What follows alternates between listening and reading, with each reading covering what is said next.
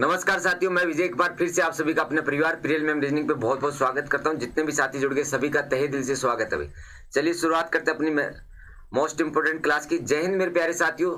अभी अपन करने वाले हैं हिस्ट्री, आप सभी को पता है, उसमें मोस्ट इंपोर्टेंट क्वेश्चन को करेंगे। जितने भी साथी जुड़ गए सभी का तहे दिल से स्वागत है भाई। बिना किसी देरी के अपनी अपनी क्लास को शुरुआत करते हैं। जो साथी जुड़ गए सभी का तहे दिल से स्वागत करते हैं भाई। तो आप सभी के लिए देख रहे हैं भाई, बेहतरीन से बेहतरीन प्रयास किया जा रहा है जिससे कि आपका सारी डाउट और सभी चीजों को कवर करते हुए चलने की कोशिश की जा रही है।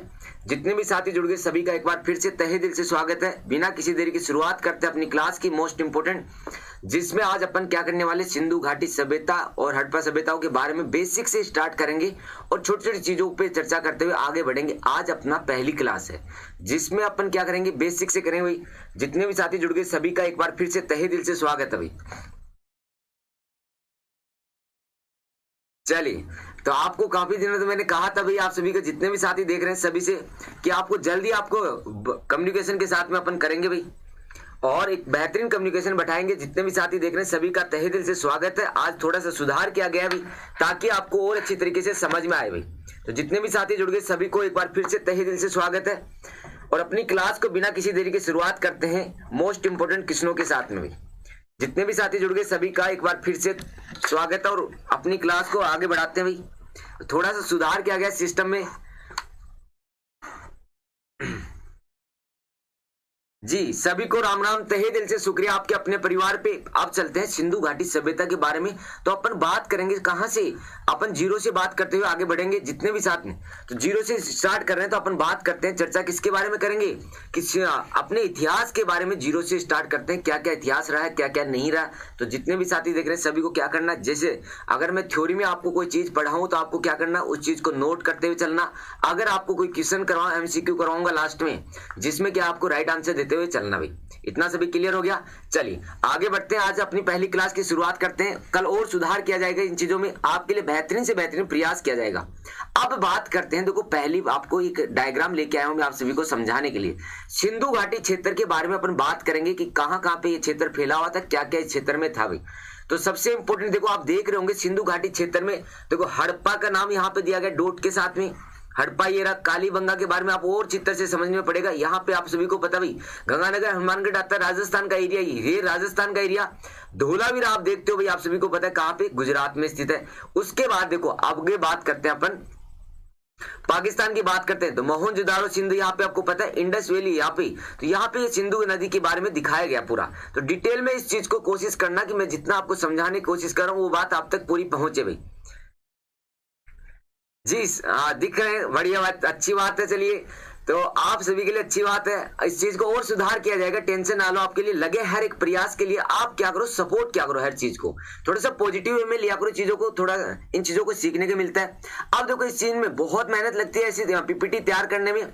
तो यहाँ से आपको ये तो इमेज बन गई, पहली इमेज तो आपकी बन गई कि भाई कहाँ कहाँ पे कालीबंगा था, कालीबंगा कहाँ पे स्थित है, हड़प्पा कहाँ पे स्थित है, मोहनजोदाड़ो आपको पता है, धोलावीरा ये रहा, लोथल ये रहा।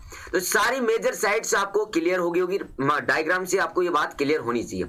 अब बढ़ते हैं, आगे बढ़ते हैं भाई, इसके बारे में हिस्ट्री का परिचय करते हैं। क्या है हिस्ट्री, इतिहास के बारे में जीरो से कर रहे हैं, कोई भी आपकी चीज नहीं छोड़ी जाएगी। तो पहली स्लाइड में क्या है भाई, मैंने लिखा परिचय या इंट्रोडक्शन, ये बात आपको क्लियर होगी।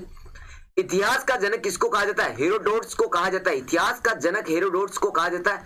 तो जितनी मैं बात बताऊं आपके नोट्स में नहीं अवेलेबल, उसको लिखिए, अगर अवेलेबल है उसका रिवीजन करिए। ये बात क्लियर होगी भाई। अब आगे बढ़ते हैं, अपनी नेक्स्ट बात की चर्चा करते हैं। जिसने हिस्टोरिक नामक पुस्तक लिखी थी भाई, इतिहास का वर्णन कहां पे मिलता है, हिस्टोरिका में, और किसके द्वारा लिखी गई थी, हेरोडोटस के द्वारा इस पुस्तक को लिखा गया था। इतनी बात क्लियर होगी। अब आ जाओ आगे बढ़ते भाई, आगे बढ़ते भाई, नेक्स्ट की बात करते हैं। भारतीय इतिहास का जनक वेद व्यास को कहा जाता है। भारतीय जो इंडियन हिस्ट्री है उसका जनक किसको कहा जाता है, वेद व्यास को कहा जाता है। इतनी बात क्लियर होगी। वेद व्यास को भारतीय इतिहास का जनक कहा जाता है, जिन्होंने महाभारत नामक महाभारत ग्रंथ लिखा था भाई। इतनी बात क्लियर होगी। सारी बातें आपको एज इट इज अच्छी तरीके से नोट करवाई जा रही है। इन चीजों को नोट करिए और आने वाले एग्जाम की दृष्टि से अपनी चीजों को और अच्छा करिए भाई। इतनी बात सभी क्लियर होगी। अब आ जाइए, आगे बढ़ते हैं, अपन चीजों पे और चर्चा करते हैं। इतिहास का परिचय आपको हो गया। सिंधु घाटी का मैंने आपको क्या बताया भाई, सिंधु घाटी कहाँ कहाँ पे फैली है, क्या क्या इसका चीज है, सारी जिक्र अपन इस चीज के बारे में कर चुके हैं। अब आ जाओ आगे बढ़ते हैं, कल आपको और अच्छी तरीके से दिखाई देगा। देखो इतिहास को अपन ने कितने भागों में बांटा, सबसे इंपॉर्टेंट बात तो ये होती है भाई, सबसे इंपॉर्टेंट बात तो कि इतिहास को कितने 3 भागों में बांटा गया। मैं आपको बताऊंगा 3 भाग कौन कौन से होते हैं, आपको क्लियर करते हुए चलना भाई। इतिहास को 3 भागों में बांटा गया था, प्रागैतिहासिक काल, आगे ऐतिहासिक काल और ऐतिहासिक काल। इन शब्दों का मतलब क्या होता है कि इतिहास को 3 भागों में बांटने का कारण क्या था, क्यों एक ही भाग में क्यों नहीं विभाजित किया, अलग अलग इनको विभाजित क्यों किया गया, ये सारी चर्चाएं इनके बारे में अपन करेंगे।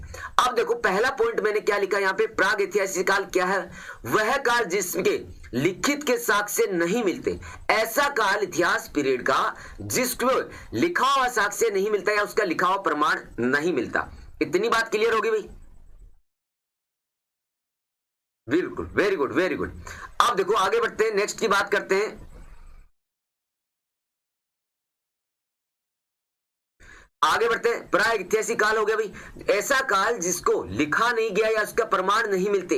दूसरी बात, सबसे इंपॉर्टेंट पॉइंट दूसरी लाइन में लिखा गया, ताम्र पाषाण काल भी कहा जाता है इसको, या प्रागैतिहासिक काल भी कहा जाता है। इसके दोनों नाम आपको क्लियर हो जाने चाहिए। 2 नाम कौन कौन से, ताम्र पाषाण काल या प्रागैतिहासिक काल, इतना सभी क्लियर हो गया। प्रारंभ से सिंधु तक, यहाँ पे ये काल कौन सा था भाई, सिंधु घाटी वाला काल, इसी की पीरियड के दौरान आता है। इतनी बात क्लियर हो गया। अब आगे बढ़ते हैं भाई, नेक्स्ट की बात करते हैं, मानव द्वारा खोजी गई प्रथम धातु कौन सी थी, तांबा, जो कि प्रागैतिहासिक काल में इसका उपयोग बहुतायत से किया जाता था अपने संसाधनों को बनाने में।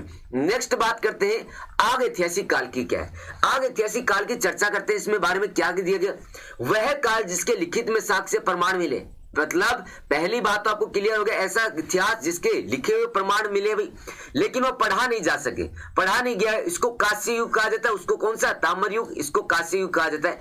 दूसरा नाम इसको, जो कि अपना टॉपिक की हेडिंग है, आगैतिहासिक काल भी कहा जाता है। अब बात करते हैं आज के तीसरे पॉइंट की। तीसरे पॉइंट में आपको क्या दर्शाया गया भाई, सी पॉइंट में ऐतिहासिक काल की बात हो रही है।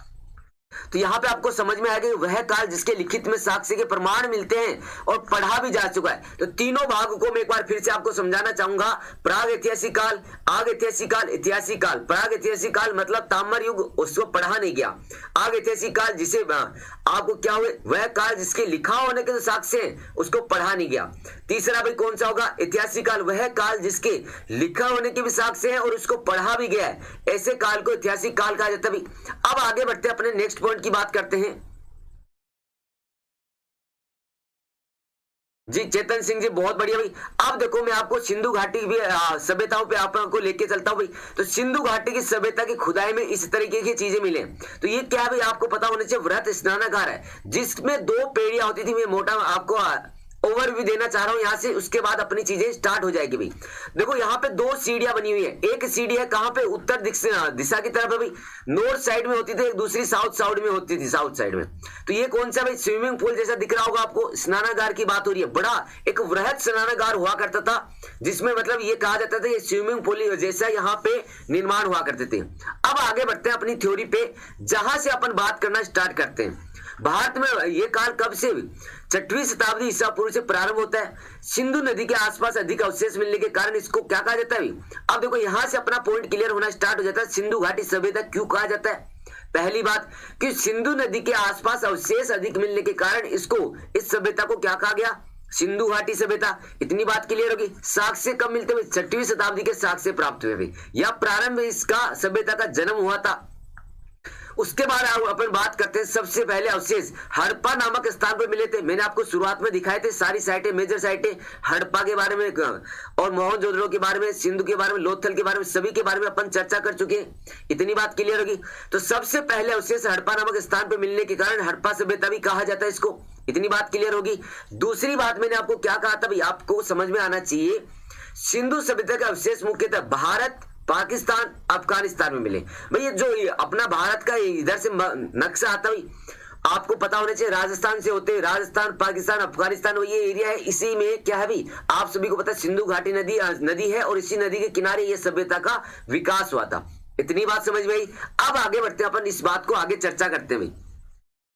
जी अब इसकी बात करते हैं। जी भी जी बिल्कुल, थोड़ा सा स्लो करेंगे, कोई बात नहीं, इसको थोड़ा सा स्लो करेंगे। चलिए आगे बढ़ते हैं, क्वेश्चन नंबर नेक्स्ट की बात करते हैं। नेक्स्ट बात करते हैं पॉइंट की, अफगानिस्तान में इस सभ्यता के अवशेष मुंडिका गायक और सत्तोगई नामक।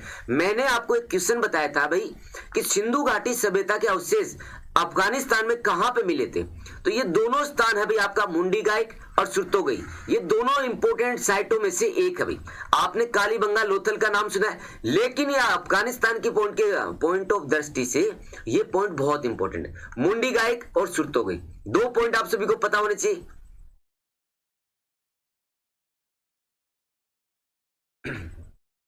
जी चलिए आगे बढ़िए। पीडीएफ अभी कहां से पीडीएफ मिलेगा भैया? आप पढ़िए तो सही, आपको पीडीएफ चाहिए, इससे अच्छा कोई 2 किताब खरीद लो। थोड़ा सा कोशिश कर रहे हैं कि देखो पीडीएफ आपको सब मिलेगा धीरे धीरे, एक बार जैसे जैसे क्लासेस चलेगी आपको सारी चीजें अवेलेबल करवा दी जाएगी। जो साथी रेगुलर देखता है उसको पता है कि हर एक वादा पूरा किया जाता है भाई। अब बात करते हैं अपन, नेक्स्ट की बात करते हैं, सभ्यता का केंद्र बिंदु या सेंटर पॉइंट किसको कहा जाता है भाई? सीपी। मान लो कि इसका मुख्य, आपको ज्यादा साक्ष्य, ज्यादा सभ्यता कहां पे ये फैली हुई थी उसकी चर्चा करते हैं। तो देखो सिंधु नदी और उसकी सहायक नदियों के किनारे, सिंधु नदी और सहायक नदी, सिंधु तो मेन नदी थी, उसकी सहायक नदियों का जिक्र करते हैं। कौन कौन सी सहायक नदियां थी कि भैया यहाँ पे आपको पता होना चाहिए। जो सिंधु घाटी सभ्यता की बात करें, सिंधु नदी के आसपास फैली थी, इसलिए इसको सिंधु घाटी सभ्यता कहा जाता है। इससे पहले अपने इतिहास को 3 भागों में बांटा था, उस सारा का इतिहास की चर्चा की। अब देखो सिंधु नदी की सहायक नदियों के बारे में, और यहाँ पे और कौन कौन सी नदियां भाई? रावी, व्यास, सतलज, झेलम और चिनाब। ये 4 से 5 नदियों का आपको नाम और पता होना चाहिए। आगे इनको क्या करेंगे अपन? क्वेश्चन से रिलेट करने की कोशिश करेंगे। इतनी बात सभी को क्लियर होगी। तो सबसे इंपॉर्टेंट बात क्या भाई? सिंधु घाटी क्षेत्र या सिंधु नदी के किनारे ये सभ्यता का विकास हुआ था, इसलिए सिंधु घाटी सभ्यता कहा जाता है। किसने खोज की थी, कब की थी? सारी स्लाइडें आपके लिए तैयार है, टेंशन ना लो। आप जैसे जैसे मैं स्टेप बाय स्टेप आपको नोट्स एक बेहतरीन तरीके से बता रहा हूं वैसे समझते जाइए। अब बात करते हैं 1826 में चार्ल्स बेसन ने हड़प्पा के टीले की तरफ लोगों का ध्यान आकर्षित किया। अब देखो सबसे पहली बात है भाई, आप सभी को मैं बताऊंगा हड़प्पा के टीले की तरफ क्यों ध्यान गया, कैसे गया, किसके द्वारा ले गया, वो सारी बातें करेंगे।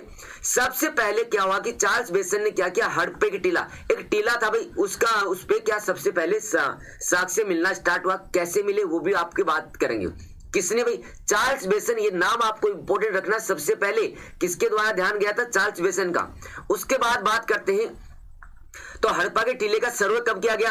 तो 1853 से 1856 के मध्य इस टीले का खुदाई करना या इसमें जो जो चीजें मिलना स्टार्ट हुई थी उनके बारे में अध्ययन करना, चीजों को पड़ताल करना कि भाई ये क्या चीज है, क्या अभी के है या कोई पुरानी पहले सभ्यता हुआ करती थी।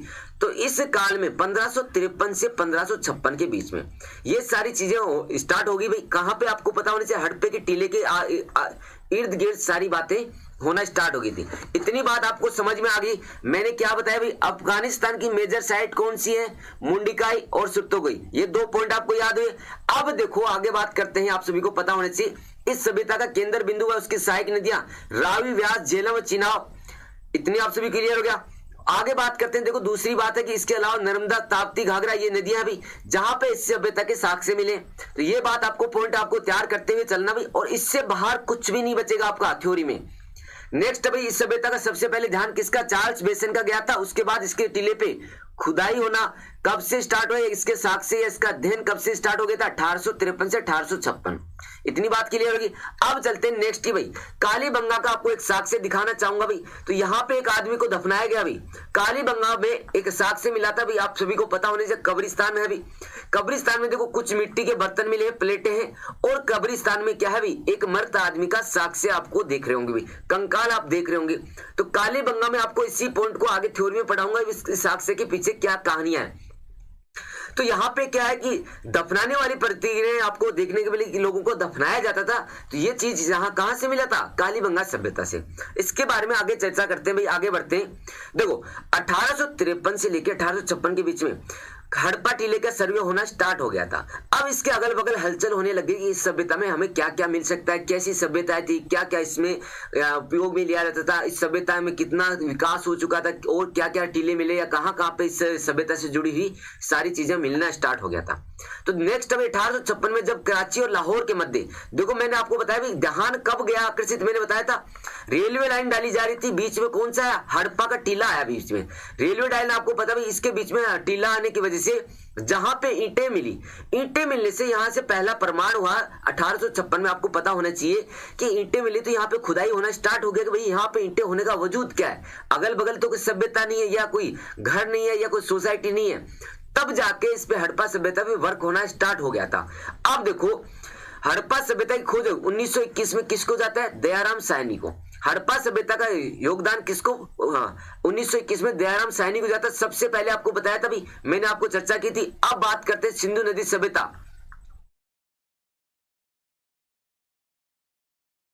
क्या हुआ भैया? ओम नारायण सिंह जी, क्या हुआ भाई? चलिए, तो यहां पे आपको समझ में आ गया हड़प्पा सभ्यता की खोज 1921 में दयाराम साहनी को जाता भी। अब देखो आगे बढ़ते हैं, नेक्स्ट की बात करते हैं। सिंधु सभ्यता का उत्तर में विस्तार मांडा जम्मू कश्मीर चिनाब नदी तक है। ये आपको मैं मैप में भी दिखाऊंगा कि कहां तक इसका मैप है भाई, कहां तक इस चीज को जाता है भाई, इसका सभ्यता का विस्तार। तो सिंधु घाटी का जम्मू कश्मीर, देखो उत्तर की तरफ बात हो रही है, चारों दिशाओं की बात करेंगे। पहले उत्तर की बात करते हैं। उत्तर में कहां तक था? मांडा जम्मू कश्मीर तक, ये चिनाब नदी तक फैला हुआ था। दक्षिण में इसका कहां तक विस्तार था? दयामाबाद तक, महाराष्ट्र प्रवासी तक था भाई। देखो उत्तर की बात होगी, दक्षिण में महाराष्ट्र मिल गया। अब बात करते हैं पूर्व और पश्चिम की बातें अपन यहाँ पे करते हैं कि पूर्व और पश्चिम में ये चीजें कहां तक इसके साक्ष्य मिले। तो नेक्स्ट पॉइंट अपना देखो, पूर्व का विस्तार कहां तक? आलमगीरपुर, ये उत्तर प्रदेश की हिंडन नदी तक। पश्चिम में इसका साक्ष्य कहां पे मिला? सुरतोगई, बलूचिस्तान, पाकिस्तान, जो कि आज बलूचिस्तान किसका हिस्सा है? पाकिस्तान का हिस्सा है। इतनी बात क्लियर होगी। ये दासक नदी के किनारे, तो हर एक क्षेत्र में देखो, उत्तर में क्या पे? पूर्व में हिंडन नदी, पश्चिम में दासन नदी। इससे पहले आपको मैंने बताया था, आप सभी को पता होने, चिनाब नदी उत्तर में चिनाब, दक्षिण में कौन सा? परसरा नदी हो गया। इतनी बात सभी को क्लियर हो गया भाई। अब आगे बढ़ते हुए नेक्स्ट की बात करते हैं आप सभी को। अब मैंने चारों जो आपको बताया, उत्तर, पूर्व, पश्चिम, तो इनको देखो भारत के मैप के साथ में जोड़ने की कोशिश करिए अभी।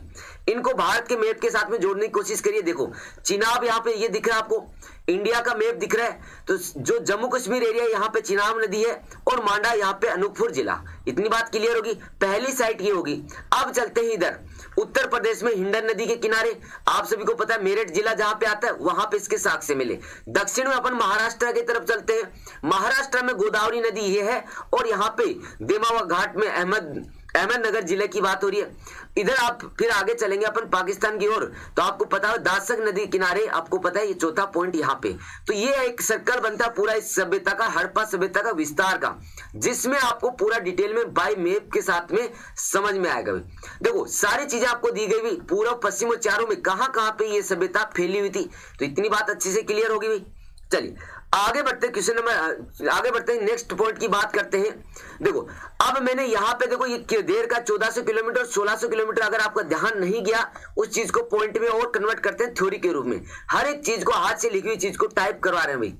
इस सभ्यता में उत्तर से पश्चिम की लंबाई कितनी थी भैया? तो अगर अपन इस चीज का एक मैप बनाते हैं तो नॉर्थ साउथ यहाँ पे, तो इसकी लंबाई कितनी? 1400 किलोमीटर। पूर्व से पश्चिम आपको पता होना चाहिए, पूर्व से पश्चिम कितनी? 1600 किलोमीटर तक ये फैली हुई है। तो यहाँ पे उत्तर पश्चिम का पूरा पता हो गया आपको।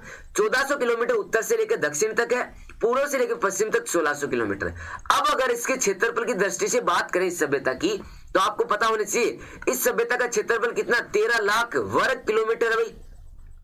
क्षेत्रफल आपको पता होगा 13 लाख वर्ग किलोमीटर भाई। तो इसके समकालीन सभ्यताओं में से बड़ी सभ्यता रही है, मतलब सेम समय में, समकालीन मतलब उसी समय में दूसरी जगह पे जो जो सभ्यताएं मिली है, उन सभ्यताओं में सबसे बड़ी सभ्यता ये थी। इतना सभी क्लियर हो गया। अगर बात आई समकालीन की, तो समकालीन वाली बात को चर्चा करते हैं आगे। समकालीन सभ्यताओं में कौन कौन सी सभ्यता थी? तो यहाँ पे आपको पता होना चाहिए मिस्र की सभ्यता समकालीन सभ्यताओं में से थी, काफी फेमस है भी। आपको पता भी नील नदी के किनारे बसी थी मिस्र की सभ्यता, और मेसोपोटामिया सभ्यता की बात हो रही है। तो जो कौन सी नदियों के किनारे भी, तो आपने पॉइंट गौर किया होगा या नोट किया होगा कि जितनी भी सभ्यताएं बताई है सभी के साथ में एक नदी का नाम अटैच किया गया है, एक नदी का नाम अटैच किया गया है। तो आपको समझ में आ गया कि जहां जहां पे पुरानी सभ्यताएं थी वहां पे नदियां हुआ करती थी, या नदियों के किनारे सभ्यताओं का विकास हुआ। क्यों हुआ भैया? जैसे उनको बहुत सारी खेती करनी है या फिर डेली रूटीन में जो पानी की आवश्यकताएं होती है, तो सारी नदी के किनारे रहेंगे तो सारी चीजों की आवश्यकताएं पूर्ति हो जाएगी। तो यहां से बहुत इंपॉर्टेंट क्वेश्चन क्या बनता है भाई? सिंधु घाटी सभ्यता की समकालीन सभ्यताओं के नाम बताइए। तो मिस्र की नील नदी, मिस्र की सभ्यता नील नदी के किनारे, मेसोपोटामिया की सभ्यता दजला या फरात नदी के किनारे विकसित थी, समकालीन हो गया। अब देखो आगे बढ़ते हैं थोड़ा, अब आगे बढ़ते भी हड़प्पा सभ्यता में देमाबाद स्थान पर तांबे का रथ प्राप्त हुआ भी। अब देखो साक्ष्य से मिलना बात करते हैं, अपनी हड़प्पा सभ्यता को और डिटेल में बढ़ते हैं। पहली बार आपको पता होना चाहिए देमाबाद में किसके, तांबे के साक्ष्य मिले, तांबे के साक्ष्य मिले। और दूसरी बात आपका पॉइंट क्या है भाई, मेसोपोटामिया को वर्तमान में इराक कहते हैं, मेसोपोटामिया को वर्तमान में इराक कहते हैं। ये तो आपका एक्स्ट्रा पॉइंट है, इसको नोट बना के रख लीजिए, कोई बड़ी बात नहीं है। नेक्स्ट बढ़ते हैं, सिंधु सभ्यता की बात करते हैं, जिसकी अपन कर रहे हैं, सिंधु नदी के किनारे फैला था, जिसका अपन ने मैप से भी देखा, उत्तर पश्चिम, नॉर्थ साउथ और उत्तर पूर्व की बातें अपने इसमें करी है। कितने किलोमीटर तक फैला था, कौन कौन सी नदियों किनारे कहां कहां पे साक्ष्य मिले, वो भी अपन ने बात करी। अब बात करते हैं सिंधु सभ्यता के लगभग सभी स्थानों पे 2 टीले प्राप्त हुए, 2 टीले प्राप्त हुए आप सभी को। टीला क्या होता है, मिट्टी जैसी एक बड़ा सा ढेर होता है मिट्टी का, उसको टीला कहते हैं, जिसके अंदर से ये सभ्यताएं दब गई थी। अब देखो इसके बारे में बात करते हैं। तो पश्चिम का टीला था, ऊंचा था भी, जो यहाँ पे तो 2 टीले प्राप्त होते हैं। ऊंचा हाइट के आधार पे भी इनको कई बार आइडेंटिफाई किया जाता है कि पश्चिम का टीला हाइट पे था लेकिन छोटा था, पूर्वी टीला क्या था, नीचा था लेकिन बड़ा था। ये पॉइंट आपका काफी इंपॉर्टेंट होता है, आपको पश्चिम पूर्व में कंफ्यूज नहीं होना भाई, पहली बात तो, क्योंकि यहां से क्वेश्चन बनेगा, मैं आपको दिखाऊंगा। नेक्स्ट बात, हिस्ट्री की फर्स्ट क्लास है जी विशाल ठाकुर जी फर्स्ट क्लास है।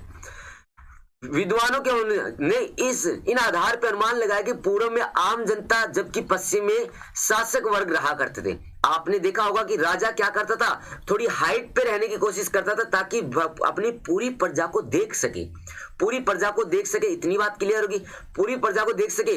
और बड़ा है तो मतलब यहाँ पे ज्यादा लोग रहते होंगे, और हाइट पे नहीं था, निचाई में था, तो निचाई में मतलब यहाँ पे लोगों को देखे, काम करने वाले किसान मजदूर ये सारे यहाँ पे रहा करते थे, अनुमान लगाया जाता है ये बात को।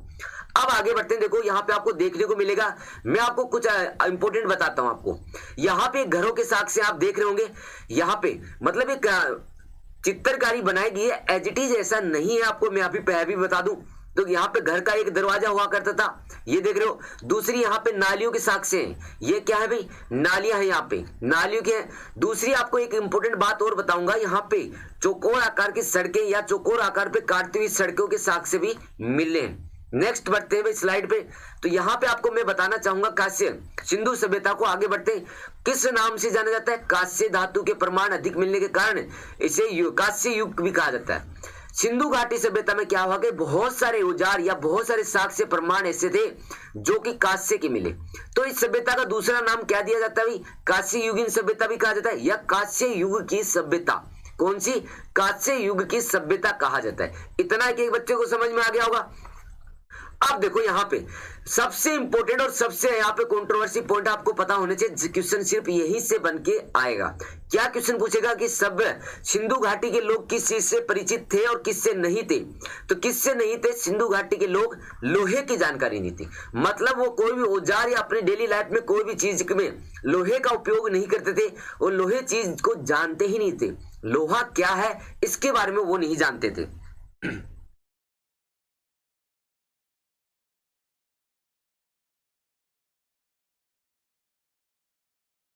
बिल्कुल, तो ये आपको मैंने वो पिक्चर थी, वो आपसे उसके जरिए आपको समझाने की कोशिश की। ऐसे उस पिक्चर में आप देख रहे होंगे भाई, उस पिक्चर में देखो बच्चा बैठा है, यहाँ पे महिला बैठी है, तो ऐसा नहीं है ना ये चीजें, लेकिन आपको सिर्फ एंड सिर्फ चीजें समझाने के तौर पे कि जैसे जैसे साक्ष्य मिले थे उसी आधार पर पिक्चर बनाने की कोशिश की कि कैसा समाज था या कैसी संस्कृति यहाँ पे रहा करती थी या निवास करती थी, उसका आइडिया लगाने के लिए। अब देखो 2 पॉइंट आपके क्लियर हो गए। सिंधु घाटी सभ्यता को कांस्य युग भी कहा जाता है, और इस सभ्यता को कांस्य युगीन सभ्यता, और किस चीज से अपरिचित थे, लोहे से। इस सभ्यता के विस्तार में क्या भाई, द्रविड़ जाति थी। अब देखो यहाँ आपको पता होना चाहिए, विकास करने वाली सबसे बड़ी जातियों में से कौन सी थी, द्रविड़ जाति के लोग सबसे ज्यादा इसमें थे। इतना पॉइंट क्लियर हो गया। नेक्स्ट पॉइंट पे चलते हैं, यहाँ पे सबसे इंपॉर्टेंट देखो, सबसे ज्यादा विकास तो किसके द्वारा किया गया, द्रविड़ जाति के द्वारा, लेकिन इनमें से भी 4 आपको इंपॉर्टेंट जातियों के बारे में चर्चा करेंगे। तो प्रजाति यहाँ पे आप सभी को पता होनी चाहिए, सिंधु घाटी सभ्यता में 4 प्रकार की प्रजातियां थी। कौन कौन सी थी भाई, प्रोटो ऑस्ट्रेलाइज, भूमध्य सागरीय, अल्पाइन और मंगोलियाइड। ये 4 प्रजातियों के बारे में आपको जिक्र आगे भी किया जाएगा, क्या है इसके बारे में आपको पता होना चाहिए। पहली बात, अगर मैं आपसे कहूं सिंधु घाटी की 4 प्रजातियां, तो चारों के नाम आपको याद होने चाहिए, क्योंकि ये क्वेश्चन यहाँ से एक क्वेश्चन आपका बन के आएगा। आंसर क्या, क्वेश्चन कैसे आएगा कि 4 प्रजातियों में से कौन सी नहीं है, या फिर आपको ये पूछ ले कि कौन सी प्रजाति है, कैसे भी करके आपको क्वेश्चन बना के दे सकता है। नेक्स्ट बात करते हैं, सिंधु सभ्यता में पवित्र पक्षी बत्तख था, पवित्र वृक्ष कौन सा था? पीपल था भाई। पवित्र पशु कौन सा था? बैल था। यहां से सबसे इंपोर्टेंट क्वेश्चन बनते हैं और हर एक एग्जाम में अगर आपको पूछा जाता है तो कैसे याद करना है कि सिंधु घाटी सभ्यता का पवित्र पक्षी बत्तख, पवित्र वृक्ष कौन सा था? पीपल का था। और अगर बात करें पवित्र पशु कौन सा था तो बैल था। इतनी बात क्लियर होगी। अब चलते हैं भाई नेक्स्ट बात करते हैं। सारी बातें आपके जितने भी डाउट है ना सारी चीजें इंक्लूड की है, एक भी पॉइंट नहीं छोड़ा गया। ये मास्टर से बेहतर क्लास आपके लिए प्रयोग होगी। अब देखो जो आपके क्वेश्चन है उनके बारे में चर्चा करते हैं।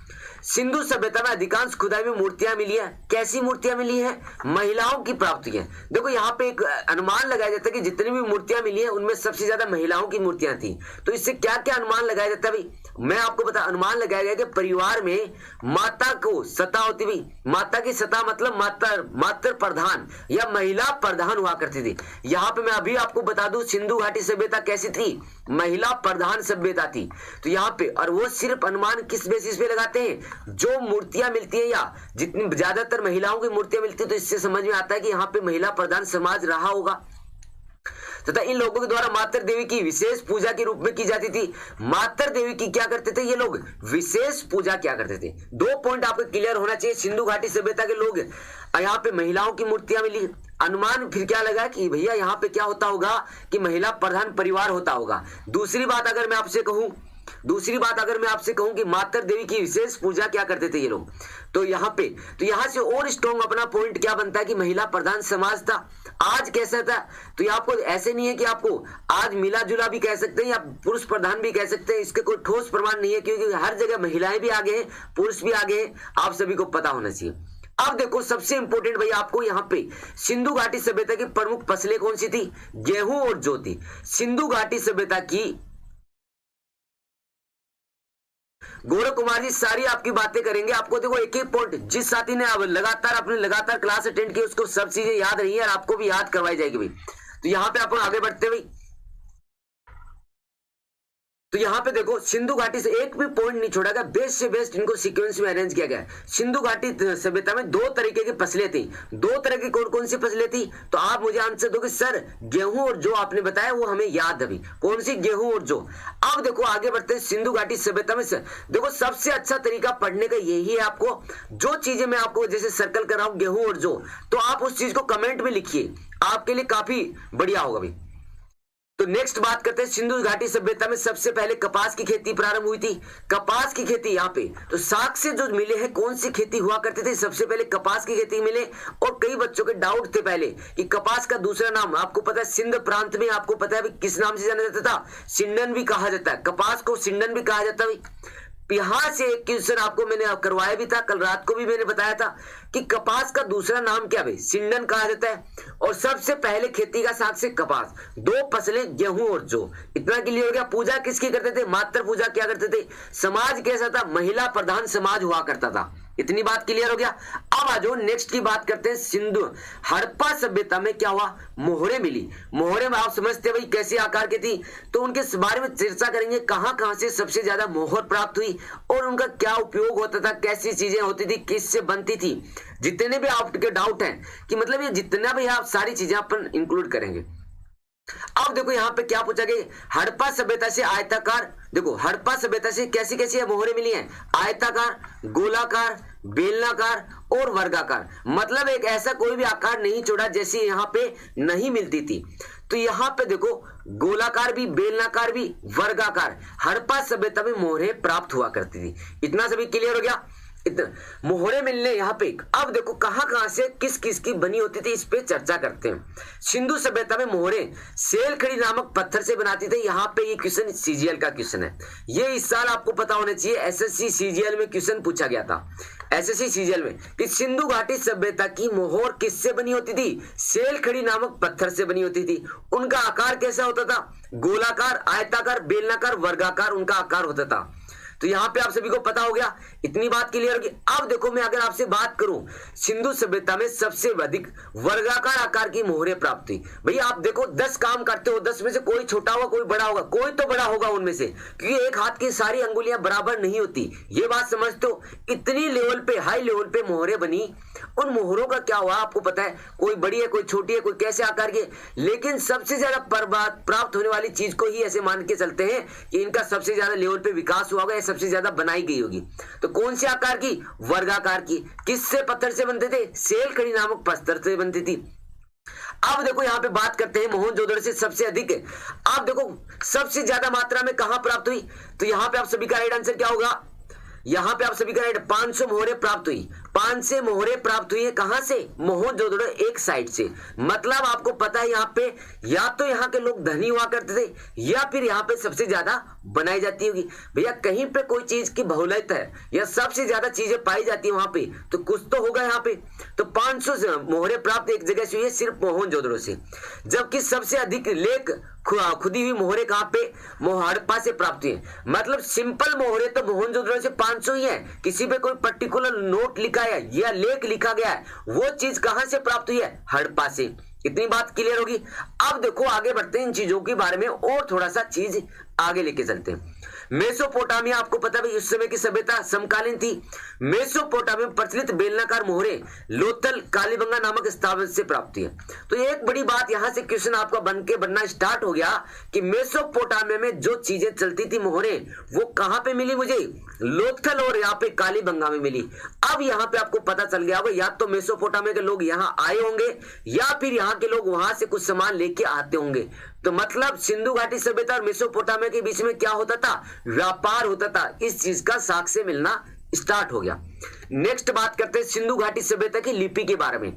लिपि के बारे में बात करते हैं तो सिंधु घाटी सभ्यता की लिपि को अभी तक पढ़ने में सफलता प्राप्त नहीं है। सबसे इंपॉर्टेंट पॉइंट है क्या? सिंधु घाटी की सभ्यता को अभी तक हमने पढ़ा नहीं है, पढ़ नहीं सके, इसलिए इसे कौन सी सभ्यता कहते हैं? आग ऐतिहासिक काल। मैंने क्या कहा था? इतिहास को 3 भागों में बांटते हैं। एक ऐसा इतिहास जिसको लिखा ही नहीं गया, एक ऐसा इतिहास जिसको लिखा तो गया पढ़ा नहीं गया, दूसरा कौन सा इतिहास? एक ऐसा इतिहास जिसको लिखा भी गया पढ़ा भी गया। ठीक है भाई, तो इसको क्या भाई पढ़ने में सफलता नहीं मिली, तो इसको आग ऐतिहासिक काल कहा जाता है। सबसे इंपॉर्टेंट पहला पॉइंट। दूसरा बात करते हैं इस बात में, इस लिपि में 250 से 400 के मध्य चित्र मिले। इस लिपि में 215 से 400 के मध्य चित्र मिले। इनमें से 64 मूल चित्र हैं। 64 चित्र हैं। देखो 215 से लेके 500 की संख्या तक क्या भाई आप सभी को पता होने से चित्र मिले, जिसमें जो 64 ऐसे चित्र यहाँ आपको पता होने से कला करती है जो कि मूल है इस सभ्यता का सबसे ज्यादा ज्ञान करवाती है। देखो यहाँ पे देखो मछली चिड़िया के आकार की चित्र सबसे अधिक मिले। किसके भैया? मछली के और चिड़िया के। इन दो के आकार के चित्र सबसे ज्यादा मिले। या तो कोई खिलौना टाइप में होगा या किसी न किसी रूप में इन दोनों का बहुत ज्यादा जिक्र हुआ है। नेक्स्ट बात करते हैं। देखो यहाँ की सभ्यता की लिपि कैसी थी? लिपि थी दाईं ओर से बाईं ओर लिखने वाला। दाईं से अपन कैसे लिखते हैं भाई? आप अपन लिखते हैं बाईं ओर से दाईं ओर। उर्दू कैसे लिखी जाती है? दाईं ओर से बाईं ओर, उल्टा राइट हैंड से उल्टे हाथ की तरफ। सेम ऐसे ही थी भाई। अगर देखो यहाँ पे एक पेज है तो आपको पता होने से सिंधु घाटी सभ्यता की लिपि कैसे इधर से लिखा जाती थी, इधर से। आज के समय ऐसे लिखते हैं तो मास्टर क्या करते हैं? नंबर नहीं देते भैया, आपको पता है। तो इस लिपि में आपको याद होने से दाईं ओर से बाईं ओर लिखी जाती थी। चित्रों की अधिकता के कारण इसको चित्रात्मक लिपि कहा जाता था। इस लिपि में अधिकतम चीजें किससे दर्शाई जाती थी? चित्र बना के। आपको पता होने से चित्र से आपको या डायग्राम बना के इस चीज को ज्यादा समझाया जाता था या उपयोग किया जाता था। नेक्स्ट बात करते हैं। देखो सबसे पहले इस लिपि का सबसे पढ़ने का प्रयास 1925 में किसके द्वारा? L.A. वेंडेल नामक अंग्रेज ने किया था, लेकिन उसे सफलता नहीं मिली। तो यहाँ पे देखो अभी तक किसी ने पढ़ा तो नहीं है, लेकिन जिसने पढ़ने की कोशिश की थी थोड़े हद तक उसको सफलता मिली थी, उसका नाम है यहाँ पे ऐड अभी इंपॉर्टेंट है। L.A. वेंडेल उनका नाम है, याद हो गया। सबसे ज्यादा चित्र किसके मिले थे? मछली और चिड़िया के मिले थे। ये लिपि कैसे लिखी जाती है? दाईं ओर से बाईं ओर लिखी जाती है। इतनी बात क्लियर हो गया। और आप सभी को पता होने चाहिए इस सभ्यता की लिपि को, सिंधु घाटी सभ्यता की लिपि को आज तक पढ़ा नहीं गया है। पढ़ने का प्रयास किसने किया था? 1925 में एक अंग्रेज थे। कौन थे? L.A. वेंडेल ने। इतनी बात क्लियर हो गया। अब आ जाओ आगे बढ़ते हैं, क्वेश्चन नंबर नेक्स्ट की बात करते हैं। देखो यहाँ पे सभ्यता में मैंने आपको बताया कि शवों को क्या करते थे, संस्कार करते थे। किस हिसाब से करते थे, उनको 3 भागों में बांटा गया। शवों को दफनाना हो या जलाना हो गया, उन चीजों के बारे में, मृत व्यक्ति के शरीर के साथ ये क्या करते थे, उन 3 प्रक्रियाओं के बारे में मैं आपको यहाँ पे चर्चा करने वाला हूं। तो यहाँ पे आपको राइट आंसर क्या आएगा भाई, देखो इन शवों का अंतिम संस्कार 3 प्रकार से किया जाता था। सबसे इंपॉर्टेंट पॉइंट आपको पता होने चाहिए, 3 प्रकार से शवों का संस्कार क्या अंतिम संस्कार किया जाता था। कौन कौन से, पूर्ण समाधिकरण। पूर्ण समाधिकरण का क्या मतलब है भैया, इसमें शव को पूर्ण रूप से भूमि के दफना दिया जाता था। पूर्ण समाधान मतलब भूमि में उसको पूरा गाड़ दिया जाता था, ना ही उसको जलाते थे, ना ही कुछ और क्या करते थे। दूसरा आंशिक समाधिकरण, इसमें शव पशु पक्षियों के खाने के लिए बाद विशेष भाग को भूमि में दफनाया जाता था। मतलब जैसे आदमी की बॉडी डेड होगी, पहले उसको बाहर फेंक देते थे। जैसे गिद्ध जैसे पक्षी क्या करते हैं, मृत शरीर को खाया करते। चींटियां होगी, ये सारे पहले उसको शरीर को खाते थे। उसके बाद जो बचा हुआ कंकाल हो, जिससे कंकाल जितना शरीर का बचा था उसको दफनाते थे। किसमें, आंशिक समाधान में। 2 बातें क्लियर होगी आपकी। तीसरी बात मैं आपको बताना चाहूंगा, दाह संस्कार की बात मैं आपसे करना चाहूंगा भाई। दाह संस्कार में क्या होता था, जो कि आपको पता भी हिंदू रीति रिवाज में आता है। तो पूर्ण समाधान तो मुस्लिम रीति रिवाज में आता है पहले वाला, और दाह संस्कार हिंदू रीति रिवाज में आता है, आपको पता होना चाहिए। जिसमें क्या होता है, शरीर को जलाया जाता भी। तो इसमें शव को क्या किया जाता था, जलाया जाता था। हड़प्पा स्थल में शवों को दफनाया जाता था, मोहनजोदड़ो में जलाने की प्रथा थी। सबसे इंपॉर्टेंट पॉइंट इस स्लाइड का आपको तैयार होना चाहिए कि भैया मुझे अगर कोई पूछे कि हड़प्पा स्थल में क्या होता था शवों का, मैं कहूंगा सर यहाँ पे तो दफनाते थे, मोहनजोदड़ो में जलाते थे। इतना क्लियर हो गया, इतना क्लियर हो गया। अब चलते हैं आगे और इस चीज को समझने की कोशिश करते हैं, इस सभ्यता में क्या क्या प्रमाण, क्या क्या चीजें मिली है। इससे पहले अपन ने लिपि पढ़ी, उसके बाद अपन ने क्या पढ़ी, दाह संस्कार के बारे में पढ़ा। उससे पहले अपन ने क्या पढ़ा था, सिक्कों के बारे में। अब आ जाओ आगे बढ़ते भाई, नेक्स्ट बात करते हैं। इस सभ्यता के लोग क्या थे, शांति प्रिय थे। मतलब यहाँ पे कोई भी युद्ध का जिक्र नहीं मिलता, इस सभ्यता में युद्ध का जिक्र नहीं मिलता कोई भी। तो यहाँ पे क्या थे, शांति प्रिय थे, युद्ध प्रिय नहीं थे, ना ही कोई युद्ध का यहाँ पे प्रमाण मिला है। लोग शाकाहारी थे और मांसाहारी दोनों ही प्रकार के थे। इस सभ्यता के, सिंधु घाटी सभ्यता के लोग क्या थे, शाकाहारी और मांसाहारी दोनों ही प्रकार के थे, आपको पता होना चाहिए। दूसरी सबसे इंपॉर्टेंट बात, ये मनोरंजन के लिए क्या करते थे, खेल खेलते थे, नृत्य करते थे, पशुओं की लड़ाई करवाते थे। आपको जैसे बुल्स फाइट होगी आज के समय की लड़ाई, तो यहाँ पे भी कुछ ना कुछ ऐसे पशुओं की लड़ाई को जो मनोरंजन, सार्वजनिक पैलेस के तौर पे मनोरंजन क्या करते थे। इतना क्लियर हो गया। इस सभ्यता के लोग मनोरंजन के लिए क्या करते थे, खेल, नृत्य, पशु की लड़ाई और शांति प्रिय थे। इसका मतलब यहाँ पे किसी भी युद्ध का प्रमाण नहीं मिला। नेक्स्ट बात करते हैं। अब देखो कौन सी साइट की कब कब खुदाई और कहां कहां पे वह स्थल मिला, पूरी लिस्ट आपके सामने, स्क्रीनशॉट ले लो इसका। अब देखो यहाँ पे पहले जिक्र करते हैं कौन कौन सी चीज की खुदाई और कुछ किसके साक्ष्य यहाँ पे मिले। सारी चीजें पहले सुन लो मेरे से, उसको एक बार रिमाइंड करो, उसके बाद स्क्रीनशॉट ले लेना, क्योंकि अगर आपके पास में नहीं रहेगा तो याद रहेगा। देखो हड़प्पा सभ्यता की खोज कब, 1921 में हुई थी। उत्खनन किसके द्वारा, खोदा किसको गया था, दयाराम साहनी के द्वारा इसकी खुदाई की गई थी। स्थल क्या थी, मोटी गामरी पाकिस्तान में। कहां पे, मोटी गामरी पाकिस्तान में। पहला पॉइंट आपको क्लियर हो गया। अब बात करते हैं मोहनजोदड़ो की। मोहनजोदड़ो की 1922 में खुदाई हुई थी। किसने की थी भैया, राखलदास बनर्जी के द्वारा मोहनजोदड़ो की खुदाई की थी। कहां पे, लरकाना में, पाकिस्तान में स्थित है। लरकाना स्थल का नाम है, लरकाना पाकिस्तान की जगह है, जहां पे राखलदास बनर्जी को मोहनजोदड़ो का साक्ष्य मिला। लोथल का साक्ष्य दयाराम साहनी को, कहां पे, मोटी गामरी में। 2 पॉइंट क्लियर हो गए। नहीं वहां पे मैंने कब कहा भाई, मैं तो आज का एग्जांपल दे रहा हूँ बुल फाइटिंग का, तो आपको एक थोड़ा सा इमेज बनाने के लिए भाई किस तरह की। यहाँ पे तो पता भी नहीं चलता कि एक सींग वाला जानवर था या 2 था, कुछ छोटे मोटे साक्ष्य मिलते हैं इन चीजों की। अब बात करते हैं तीसरी साइट की, बात करते हैं चुहुंदड़ो। चुहुंदड़ो की खुदाई कब हुई थी, 1931 में। किसके द्वारा, एनजी मजूमदार। सारा स्लाइड एक बार कमेंट बॉक्स में उतार दो, सारे कमेंट करो एक बार, ताकि ये बात यहीं की यहीं याद हो जाए, दोबारा से इसका वजन नहीं झेलना पड़े, क्योंकि बहुत अपना मुट्ठी भर सिलेबस है। हिस्ट्री इतना टफ नहीं है, लेकिन इसको क्रमबद्ध समझने की कोशिश करो। अब देखो एनजी मजूमदार क्या था भी, सिंधु, इनको सिंध स्थल पे इसकी खुदाई की, किसकी, चौहंदड़ों की। नेक्स्ट यहाँ पे मेजर साइट में आता है बनावली। बनावली की खोज 1973 में किसके द्वारा, रविंदर सिंह भिष्ट के द्वारा, रविंदर सिंह भिष्ट के द्वारा की गई थी हिसार में। हिसार कहां पे, हरियाणा में। इतना क्लियर हो गया। बनावली आपको पता होना चाहिए, हरियाणा का मेजर साइटों में से आता भी। आपको 4 पॉइंट आपके क्लियर हो गए, एक भी डाउट आपका छोड़ा नहीं जाएगा, सारी बातें आपको बताई जाएगी। मैं एक बार कह रहा हूं, इस स्लाइड को दोबारा से आप देखोगे तो आप कहोगे सर इतना आसान था सिंधु घाटी सभ्यता, हमें तो पता ही नहीं था। अब देखो धोलावीरा की बात करते हैं, 1990 में इसकी खुदाई हुई और किसने करी, रविंदर सिंह भिष्ट ने। जिसने बनावली की उसी ने धोलावीरा की। कहां पे, कच्छ गुजरात में। कहां पे, कच्छ गुजरात में, समुद्री किनारे पे। इतनी बात क्लियर होगी। नेक्स्ट देखो यहाँ पे आपका टाइम सेव हो रहा है, इतनी बातें मैं बोर्ड पे लगता तो आप 15 मिनट लगती, यहाँ पे ज्यादा से ज्यादा समझने की कोशिश करिए। अब बात करते हैं कालीबंगा की, बात करते हैं 1953 में। वर्ष कब हुआ, 1953 में इसका खुदाई हुई थी और अमलानंद घोष के द्वारा इसकी खुदाई की गई। मैं आपसे एक बार फिर से रिवाइज कराऊंगा सारी बातें। हनुमानगढ़ में कालीबंगा, आपको पता है जहां पे क्या मिले थे, साक्ष्य मिले थे जुते हुए खेत के, खिलौना आकार के मिले थे। सिंधु घाटी सभ्यता का सबसे बड़ा वास्तुकार, वास्तुकार मतलब खिलौना या कोई कलाकृतियों का निर्माण कहां हुआ करता था, तो कालीबंगा में निर्माण मिले, भाई साक्ष्य मिले इस चीज के। अब आज लोथल की बात करते हैं। लोथल की खुदाई कब हुई, किसने करी, सारी चीजों को यहां से आपके जितने चाहो उतने क्वेश्चन बना सकते हो।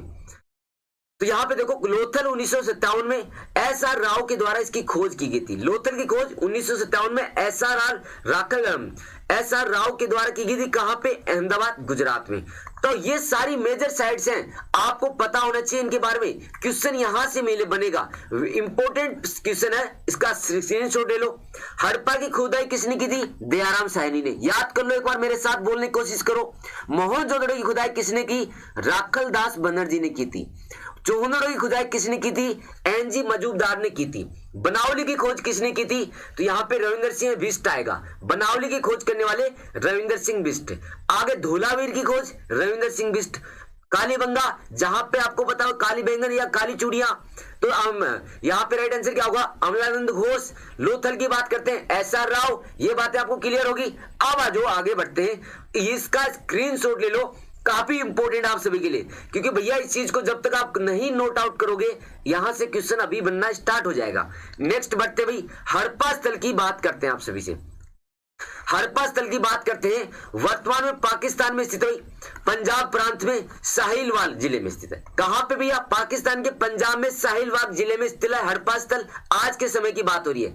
साहिलवाल को क्या कहूंगा भैया, देखो थोड़ा गौर से सुनो।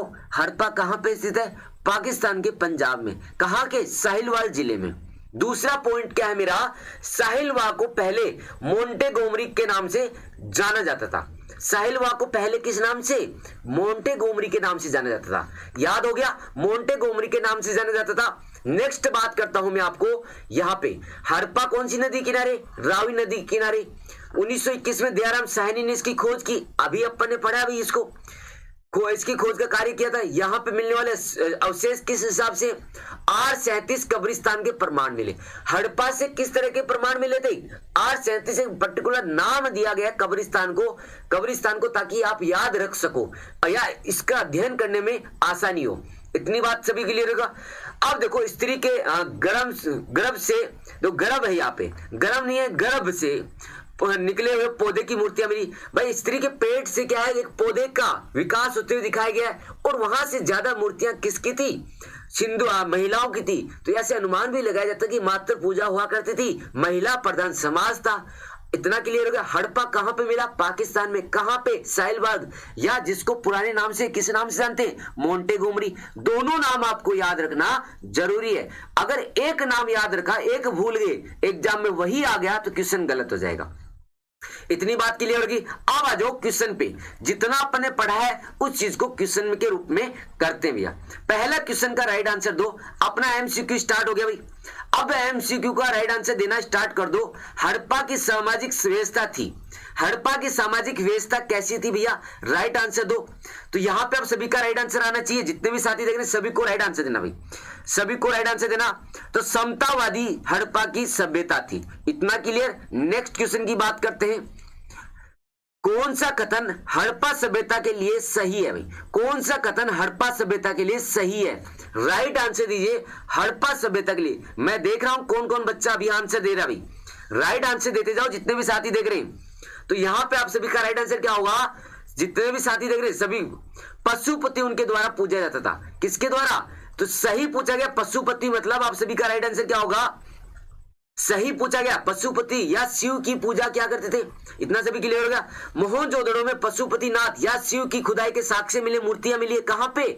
आपको पता होना चाहिए, मोहनजोदड़ो में पशुपति की मूर्तियां मिली है। तो यहाँ पे प्रसिद्ध देवता कौन से थे? पशुपति। आगे बढ़िए, क्वेश्चन नंबर नेक्स्ट की बात करते हैं। कौन सी चीज सिंधु घाटी की खुदाई में वाणिज्यिक और आर्थिक विकास का द्योतक मानते हैं? मतलब क्या कहा गया है कि ऐसा क्या चीज मिला खुदाई में जो कि व्यापार का साक्ष्य देती है, व्यापार करने का साक्ष्य देती है? राइट आंसर दीजिए क्वेश्चन नंबर 3 का। तो यहाँ पे राइट आंसर क्या होगा? मैंने क्या कहा था? यहाँ पे मोहरे मिली है। किसकी? मेसोपोटामिया की। मतलब यहाँ का आदमी या तो मेसोपोटामिया जाता था या वहां का आदमी यहाँ आता था, मतलब दोनों के बीच में व्यापार हुआ करता था। बी ऑप्शन यहाँ पे राइट आंसर है। मोहरों के बारे में पूरी थ्योरी मैंने आपको बता दी। आगे बढ़ते हैं, क्वेश्चन नंबर नेक्स्ट की बात करते हैं। सबसे पहले खोजा गया शहर कौन सा था? भारत में सबसे पहले खोजा गया शहर कौन सा था? राइट आंसर दो भैया, सभी का राइट आंसर आना चाहिए भैया। दबा के एकदम कमेंट करिए, दबा के एकदम जोश के साथ में कमेंट बॉक्स हिलना चाहिए भैया। बिल्कुल, चंदन कुमार, चंचल कुमार, प्रेमलाल, बिल्कुल हड़प्पा यहाँ पे राइट आंसर होगा भाई। इतना सभी क्लियर हो गया भाई? इतना सभी क्लियर हो गया? सबसे पुराना तो आप सभी को मैंने अभी स्लाइड में दिखाया था, तब आपको पता भाई। चलिए आगे बढ़ते हैं, नेक्स्ट की बात करते हैं। कौन सी हड़प्पा खुदाई में नहीं पाएगी? कौन सी ऐसी चीज है जो कि हड़प्पा खुदाई में नहीं प्राप्त हुई? राइट आंसर दीजिए, एकदम जोश के साथ में आना चाहिए भैया, जोश के साथ में आना चाहिए भाई। चलिए आगे बढ़ते हैं, कौन सी चीज खुदाई में नहीं प्राप्त हुई? तो यहाँ पे आप सभी का राइट आंसर क्या? शिखर रहित मंदिर, ये नहीं प्राप्त हुई। इतना सभी क्लियर हो गया? चलिए बिल्कुल बिल्कुल सभी राइट आंसर दीजिए, काफी उम्दा आंसर है भाई आप सभी के, जोश आना चाहिए सभी में। नेक्स्ट बात करते हैं, हड़प्पा सभ्यता किस वर्ष खोजी गई? भैया अभी तो अपने बात की थी हड़प्पा दयाराम साहनी के द्वारा, कब खोजी गई थी? रावी नदी के किनारे। जोश आना चाहिए, अभी तो थ्योरी पढ़ा अपन ने। तो यहां पे आप सभी का राइट आंसर क्या होगा? 1921 में। किसके द्वारा खोजी गई थी? दयाराम साहनी के द्वारा। दयाराम साहनी के द्वारा कहां पे? रावी नदी के किनारे। ऐसे ही चीजों को याद करना स्टार्ट कर दो, आपका मुट्ठी भर सिलेबस कवर होगा। नेक्स्ट बढ़ते हुए, सिंधु घाटी सभ्यता और समाज हिंदू धर्म के प्राचीन संस्कृति के बीच जैविक संबंध किस पूजा से साबित होते हैं? क्या बोला गया है कि हिंदू घाटी सभ्यता और आज की हिंदू धर्म में, सिंधु घाटी और हिंदू धर्म में कौन सी चीज की समानता थी? राइट आंसर दे दो भैया, राइट आंसर दे दो जितने भी साथी देख रहे हैं सभी को। तो यहां पे आप सभी का राइट आंसर क्या होगा? पत्थर, वृक्ष, जानवर, इनकी पूजा वो भी क्या करते थे, आज हम भी करते हैं। हमारी मूर्तियां पत्थरों की होती है, आज भी पता भाई। और यहाँ पे वृक्षों की, पीपल की पूजा करते हैं, जानवर गाय की माता मानते हैं और उसकी पूजा करते हैं। तो सारी एक साथ से बराबर मिलते हैं भाई। नेक्स्ट बात करते हैं, सिंधु सभ्यता का वह एकमात्र स्थल जहां से कृषि गोदीवाड़ा मिला भाई। कृषि गोदीवाड़ा मतलब गोदाम, जिसको क्या कहते हैं, कोठार भी बोलते हैं, ये आपको पता होने चाहिए। गोदाम, ऐसी गोदाम जहां पे चीजें या अनाज रखा जाता है, अनानागार की बात हो रही है। राइट आंसर दीजिए, यहां पे आप सभी का राइट आंसर आना चाहिए। तो क्वेश्चन नंबर नेक्स्ट का राइट आंसर क्या होगा? जितने भी साथी देख रहे हैं, लोथल यहां पे आपका राइट आंसर होगा। लोथल यहां पे आप सभी का राइट आंसर होगा। नेक्स्ट क्वेश्चन की बात करते हैं, राइट आंसर दीजिए। निम्न में से पालतू जानवरों में से सिंधु सभ्यता का टेराकोटा अनुपस्थित है। राइट आंसर दीजिए, पालतू जानवरों में से सिंधु सभ्यता का टेराकोटा अनुपस्थित था भाई। राइट आंसर दीजिए, आप सभी का यहाँ पे राइट आंसर क्या आएगा भाई? तो यहाँ पे राइट आंसर क्या होगा? गाय के साक्ष्य नहीं मिलते भैया, गाय के साक्ष्य नहीं मिलते भी। इतना सभी क्लियर हो गया? गाय के साक्ष्य कहां से मिलते हैं? तो भैया मैं कहूंगा गाय के साक्ष्य आर्यों के द्वारा मिलते हैं, बाकी इनके द्वारा नहीं मिलते सिंधु घाटी सभ्यता में। सी ऑप्शन यहाँ पे राइट आंसर होगा। आगे बढ़िए, क्वेश्चन नंबर नेक्स्ट की बात करते हैं। निम्न में से कौन सा सिंधु शहर जो कि बिना गढ़ या किला वाला, ऐसा शहर सिंधु घाटी सभ्यता का जिसमें ना तो किला था या गढ़ नहीं था? गढ़ समझते हो, किला, राजा महाराजों का एक बड़ा सा महल हाइट के ऊपर जो होता है उसको किला कहा जाता है। तो यहाँ पे आप सभी का राइट आंसर क्या होगा? चुहंदड़ो। चुहंदड़ो में ना ही कोई किला मिला है, ना ही कोई गढ़ मिला है। इतना सभी क्लियर हो गया भाई? इतना सभी क्लियर हो गया? चलिए आगे बढ़ते हैं, क्वेश्चन नंबर नेक्स्ट की बात करते हैं। सिंधु घाटी सभ्यता की विशेषता क्या थी भाई? इस घाटी की अगर मैं एक लाइन में आपसे पूछूं क्या खासियत है, मैंने कहता हूं कि आप में क्या खासियत है, वैसे इस सभ्यता में क्या खासियत है भाई? राइट आंसर दीजिए मेरे प्यारे साथी। तो सिंधु घाटी सभ्यता की क्या विशेषता भाई? राइट आंसर दीजिए। तो प्रकृति की शक्तियों की पूजा करते थे, मतलब ये लोग प्रकृति से रिलेटेड, क्या तो पशु, आपको पता है वृक्ष की पूजा क्या करते थे, आपको पता वृक्ष की पूजा क्या करते थे, और यहाँ पे क्या थी, प्रकृति की शक्तियों की पूजा करते थे। ये ऑप्शन यहाँ पे राइट आंसर होगा। नेक्स्ट बढ़ते, सिंधु घाटी सभ्यता के लोगों का मकान प्राय किससे बना होता था? सिंधु घाटी के लोग अपने मकान किससे बनाते थे? क्वेश्चन नंबर 12 का राइट आंसर दीजिए। तो सिंधु घाटी सभ्यता के लोग अपने मैक्सिमम मकान पक्की ईंटों का बनाया करते थे, पक्की ईंटों का बना हुआ करता था। ये ऑप्शन यहाँ पे राइट आंसर होगा, पक्की ईंटों के यहाँ के घर बने होते थे। नेक्स्ट बात करते हैं, मानव द्वारा उपयोग किया गया पहला धातु कौन सा था भाई? मानव द्वारा उपयोग किया गया पहला धातु कौन सा था? राइट आंसर दीजिए। आप सभी का राइट आंसर आना चाहिए भाई। सभी मेरे प्यारे साथियों का मानव द्वारा निर्मित पहला वस्तु कौन सा था भाई? पहला धातु कौन सा था? राइट आंसर दीजिए। आप सभी का यहां पे राइट आंसर आना चाहिए। मानव द्वारा उपयोग में लाया गया पहला धातु कौन सा था? तांबा। बी ऑप्शन यहाँ पे राइट आंसर होगा भाई। इतना सभी क्लियर हो गया। चलिए, ताम्र पाषाण युग आप सभी को पता है, सैंधव सभ्यता को ताम्र पाषाण युग भी कहा जाता है। नेक्स्ट बढ़ते हैं क्वेश्चन नंबर 15 की। सिंधु घाटी सभ्यता की मुख्यतः विशेषताएं थी। सिंधु घाटी सभ्यता की मुख्य विशेषताएं क्या थी भाई? राइट आंसर दीजिए। अगर मैं आपसे पूछूं सिंधु घाटी सभ्यता की मुख्य विशेषताएं क्या थी, तो आप क्या कहोगे मुझे? तो क्या कहोगे सर? यहाँ पे नगर सभ्यता थी, मतलब नालियां थी, और क्या थी भाई? सड़कें चौकोर आकार पे काटा करती थी। नालियां भैया, नालियां शहरों में होती है, अभी भी गांवों में कम है। सड़कें थी चौकोर आकार पे काटती हुई। ए ऑप्शन यहाँ पे राइट आंसर होगा। नेक्स्ट है, मोहनजोदड़ो में सबसे बड़ा भवन कौन सा था? मोहनजोदड़ो में सबसे बड़ा भवन कौन सा था? राइट आंसर दीजिए क्वेश्चन नंबर 16 का। तो यहाँ पे राइट आंसर क्या होगा? मैंने बताया था अनानागार, मतलब गोदाम जिसको बोलते हैं, गोदाम या जहां पे अनाज रखा जाता है। तो मोहनजोदड़ो की सबसे बड़ी साइट कौन सी थी? भवन पूछा गया, मैं अभी भी कह रहा हूं भवन, अनानागार ही होगा। नेक्स्ट बढ़ते हुए क्वेश्चन नंबर 17 की बात करते हैं।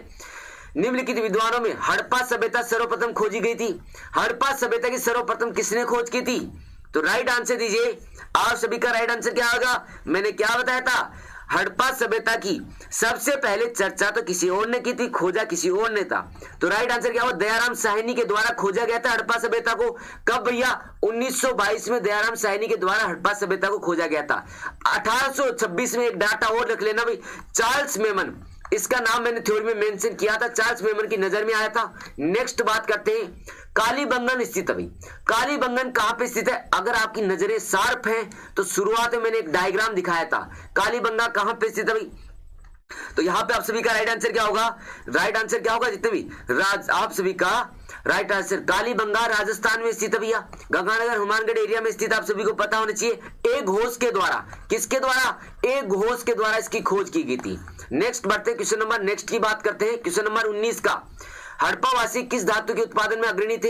हड़प्पावासी कौन सी धातु का सबसे ज्यादा उपयोग क्या करते थे? क्वेश्चन नंबर 19 का राइट आंसर दीजिए। तो यहाँ पे आपका राइट आंसर क्या होगा? कपास का उपयोग करते थे, जिसको सिंडन भी कहा जाता है। क्या कहा जाता है भाई? सिंडन भैया। सबसे पहले खेती का प्रमाण किसका मिला? कपास का, जिसका दूसरा नाम सिंडन। ये सारी बातें याद होनी चाहिए। निम्नलिखित में से किस द्रव्य का उपयोग हड़प्पाकालीन के मुद्राएं के निर्माण में किया जाता था? तो मुद्राएं मैंने आपको बताई थी, चौकोर आकार की, वर्गाकार आकार की। ये मुद्राएं किससे बनी होती थी? तो यहां पे आप सभी का राइट आंसर क्या होगा? टेराकोटा से ये मुद्राएं बनी होती थी। किससे भैया? टेराकोटा से निर्माण होता था इन मुद्राओं का, इन मुद्राओं का टेराकोटा से निर्माण होता था। नेक्स्ट यहाँ पे क्वेश्चन नंबर 21, सिंधु घाटी सभ्यता का विशाल स्नानागार पाया गया है। कहां पे मिला था सिंधु घाटी का विशाल स्नानागार? क्वेश्चन नंबर 21 का राइट आंसर दीजिए। जितने भी साथी देख रहे सभी को यहाँ पे राइट आंसर देना भाई, जितने भी साथी देख रहे सभी को यहाँ पे राइट आंसर देना। मोहनजोदड़ो में विशाल स्नानागार मिले, जिनका उत्तर और दक्षिण की तरफ बाहर निकलने का क्षेत्र था भाई। इतना सभी क्लियर हो गया। नेक्स्ट बढ़ते हैं भाई, आज का अपना बेहतरीन क्वेश्चनों का लास्ट क्वेश्चन। नृत्य के कन्या, नृत्य करती हुई महिला या लड़की का प्रतिमा कहां से मिला था भाई? निम्न में से किस देश ने मोहनजोदड़ो के प्रसिद्ध नृत्य कृतिका की प्रतिमा वापस देने के लिए कहा था? किसको? भारत को। किसने कहा था भाई? तो राइट आंसर है पाकिस्तान ने यह मूर्ति लौटाने के लिए भारत को कहा था। राइट आंसर क्या होगा? D option. Next question number 23 का राइट आंसर दीजिए। सिंधु अर्थव्यवस्था की ताकत क्या थी? सिंधु अर्थव्यवस्था की ताकत क्या थी? क्वेश्चन नंबर 23 का राइट आंसर दीजिए।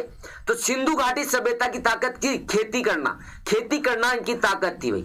तो चलिए ये अपना आज का सेशन था। जिन साथियों को पसंद आया प्लीज क्लास को लाइक करके जाइए। आपके सपोर्ट से और बेहतर कार्य करने की प्रेरणा मिलती है और बेहतर आपके लिए क्लासें लेके आएंगे। विदा लेता हूं आप सभी से, जल्दी आप सभी से मिलेंगे भाई। और क्या करना, इन क्वेश्चनों को रिवाइज करना। अभी प्रियल मैम की क्लास स्टार्ट होने वाली है 4 बजे से, जल्दी से पहुंच जाना। क्लास पता है कहां होगी? प्रियल मैम रीजनिंग चैनल पे एडवांस स्टार्ट हो रहा है 0 लेवल से, तो पहुंच जाओ। प्रियल मैम की क्लास स्टार्ट होने वाली है और आपसे जल्दी मिलेंगे। जय हिंद मेरे प्यारे साथियों, बाय बाय, टाटा। प्रियल मैम की क्लास स्टार्ट होने वाली है, पहुंच जाइए भैया। चलिए, जय हिंद मेरे साथियों।